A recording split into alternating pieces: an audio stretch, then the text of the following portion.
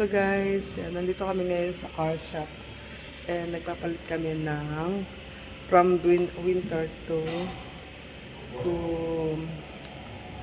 summer tires. Yan si Mr. Check niyo yung weight. So ganito kami magpalit guys para ready na siya sa summer. So yung bubble kasi change namin guys. Yan. Yung lifter niya ganyan. Ito, yan ang lifter. Ayan.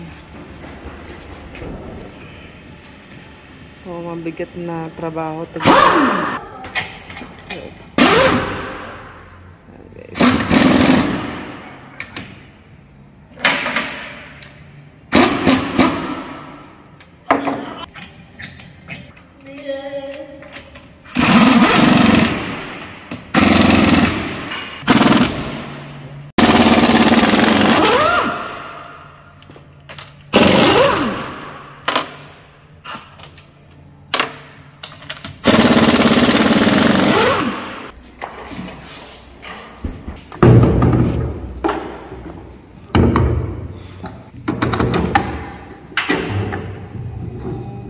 This one is a lot.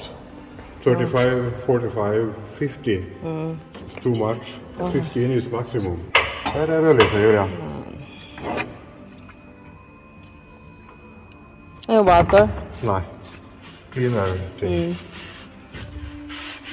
Ang cleaning pa pala yan. Hindi lang basta tubig. Tapos punasan muna para dumikit yung pang-balance niya. Yung ganyan, sa metal.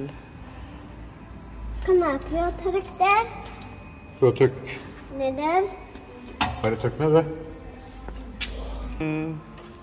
Ta mig för det lite grann här, Julia. Du har dock som på jobben, pappa.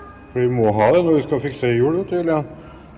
It's hard for the suspension if you're not balanced. That's 5. It's perfect. Okay.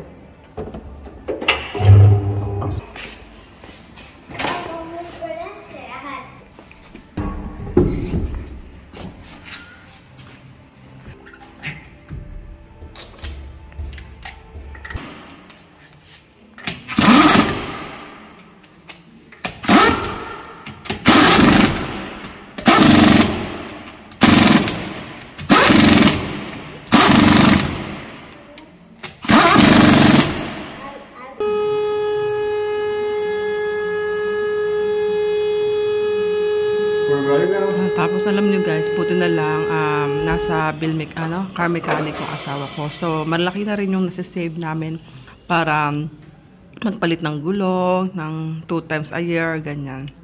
Tapos kung may sira man yung sasakyan, at least may mga gamit na dito. At saka may alam siya sa mga car, ganyan. Iaasog na lang yung lifter. Kasi sa likod naman, papalitan ng tires. Ayan guys. Para ilip naman. Napakamahal din mag-maintain ng sasakyan dito guys. Kaya nga medyo tinatabad ako mag-aral, mag-drive. Ayan. You see now, if I didn't put the handbrake, then we'll come.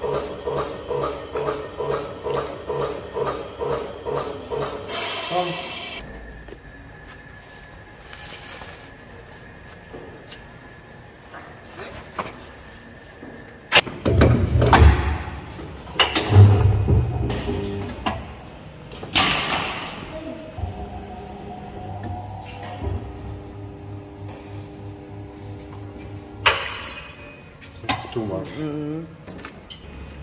5 gram ba pa? One little one is 5.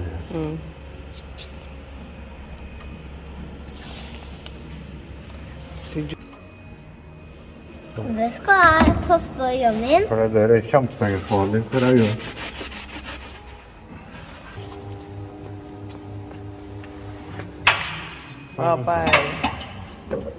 Vad så Julia? Air ng gulong. All is ready na sa aming bakasyon.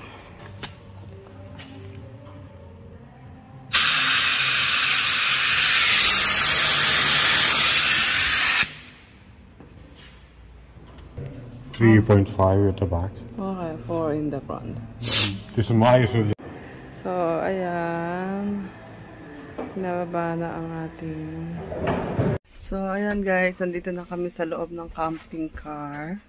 So, nilalagay lang ng asawa ko yung winter tile sa compartment. Ouch! Ano ba yan? Diba, ang bigat ng trabaho nila. So, next week is changing ng tires from winter to summer tires.